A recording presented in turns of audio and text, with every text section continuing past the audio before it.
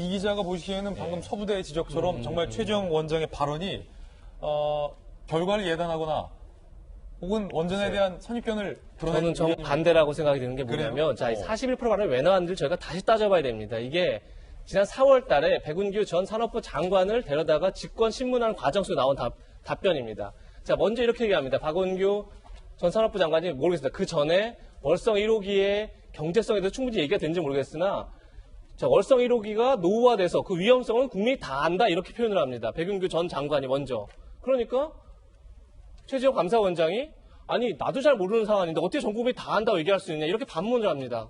그럴 때 다시 박원규 전 산업부 장관이 대통령이 41% 지지율로 대통령이 대선에 당선될 때 당시 공약을 했고 그렇기 때문에 대다수 국민이 지지한다 이렇게 얘기를 합니다.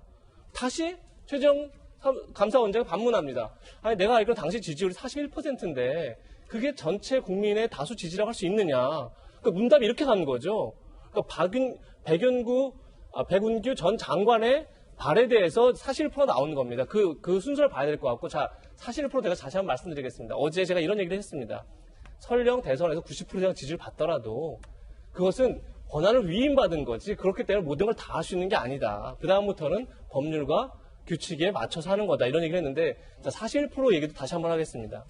이 41%가 전 국민으로 환산하면, 다시 얘기해서 투표하진 유권자까지 다 환산하면 한 32% 정도입니다. 그럼 68%가 사실 동의하지 않는 거죠. 또 하나의 수치도 있습니다. 당시 문재인 대통령과 심상정 의원까지 합쳐서 후보가 범진보 진영이 얻은 표가 47%입니다. 반대로 홍준표, 안철수, 유승민 의원이 후보가 얻은 표가 52%입니다. 이렇게 되면 오히려 그 정책에 반대하는 사람이 더 많은 겁니다, 국민이. 그러니까 제가 볼 때 최재형 원장의 발언이 전혀 틀린 얘기가 아닌 거죠. 어떻게 대통령이 대선에서 이겼기 때문에 공약이 모두 다 지지를 받고 국민들이 다 찬성하는 거라고 말할 수 있느냐는 좀 반문이 어떻게 틀린 건 전혀 이해할 수가 없는데 저걸 지금 여당 국회의원들은 반헌법적이라고 얘기하고 있습니다.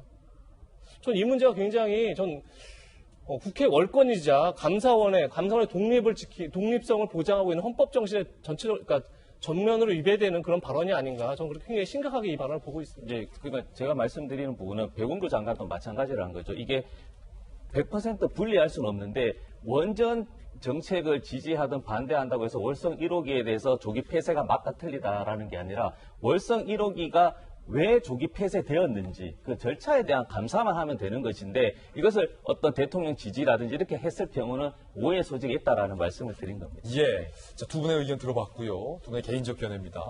자, 그런가 하면 한 조간신문이 이런 의혹을 보도했습니다. 혹시 감사 결과도 아직 안 나왔는데 감사원 내 인사 문제를 두고 그러는 건 아니냐라는 추측입니다. 최재형 원장이 추천한 감사위원이 따로 있고 청와대에서 원하는 감사위원이 따로 있었다라는 의혹이 보도되고 있는데 일단은 청와대 이 조간신문 보도에 따르면 김호수 전 차관, 조국 전 법무부 장관이 자리를 비웠을 때 그걸 대신한 인물입니다. 김호수 전 차관을 감사위원으로 청와대에서는 강력히 요구를 했었다. 그런데 최재형 감사원장은 그 김호수 차관이 아닌 다른 판사 출신, 정치색이 없다, 지방법원장 출신 A 인사를 청와대에 추천했다. 요게 좀 갈등이 빚었다. 특히 최재형 원장은 김호수 전 차관, 청와대가 원하는 인물에 대해서 너무 정치적 성향이 강하다라면서 반대를 했었던 건 아니냐라는 게 몇 가지 조간신문들의 추측 보도입니다.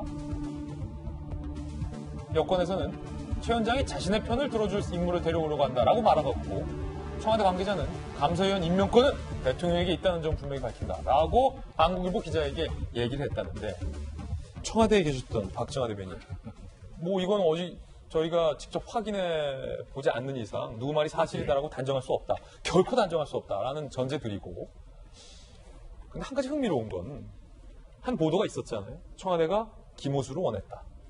그 보도에 대해서 청와대 출입 기자들이 물어봤는데 청와대에서 답변을 안 하고 있습니다.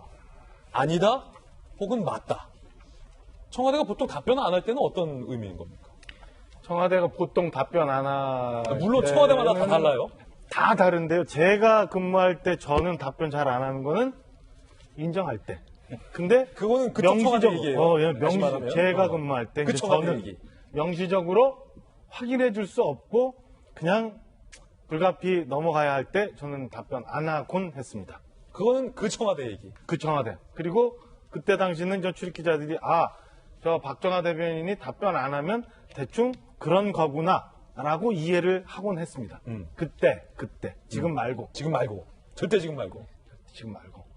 그런데 그게 중요한 거예요. 그 답변을 못 한다는 게 굉장히 중요한 건데 저는 앵커 아까 말씀하시기에 뭐 지금 뭐 민주당이나 청와대가 절차적 정당성 내지는 절차적 민주주의를 뭐 이렇게 훼손하거나 뭐 이렇게 가볍게 생각한다는 말씀하시는 저는 절대 그 의견에 동의하지 않습니다. 왜? 지금 국회 앞서 우리 첫 번째 이슈 봤죠? 두 번째 지금 감사원장을 막 몰아세우거나 혹은 감사위원 벌써 4개월째 공석인자래요. 빨리 임명해서 감사원 일을 할 수 있게 해야 되는데 4개월째 뭔가 알 수 없는 일로 공석을 저렇게 오래 놔두는 거. 그 다음에 그렇게 박수치고 했던 윤석열 검찰총장 저렇게 몰아붙이는 거. 이런 것도 쭉 보면 결국엔 뭐냐면 그냥 우리가 시키는 대로 니네는 그냥 해라예요. 그냥 해라인데 이 각각의 기관들이 그래도 이건 아니죠라고 얘기를 하다 보니까 그리고 그건 당신 생각하고 틀립니다라고 얘기하니까 이렇게 갈등이 생기고 국회도 난장판이 되고 검찰도 저렇게 난리통이 되고 지금 감사원도 저렇게 된 그냥 원래대로 기관 통과하지 말고 그냥 막 하면 되는데 이 청와대와 민주당은 꼭 그런 그 국가의 기관이 일할 수 있는 기능을 거쳐서 절차를 정당하게 만들기 위해서 이렇게 하다 보니까 저런 분란이 생기는 거 아닌가라고 저는 오히려 역설적으로 생각합니다. 그래서 저게 지금 문재인 정부의 청와대가 생각하는 민주주의가 저런 거. 지금 더불어민주당이 생각하는 민주주의가 저런 거구나라는 생각을 또 해봅니다. 개인적 견해입니다. 개인적 견해. 이제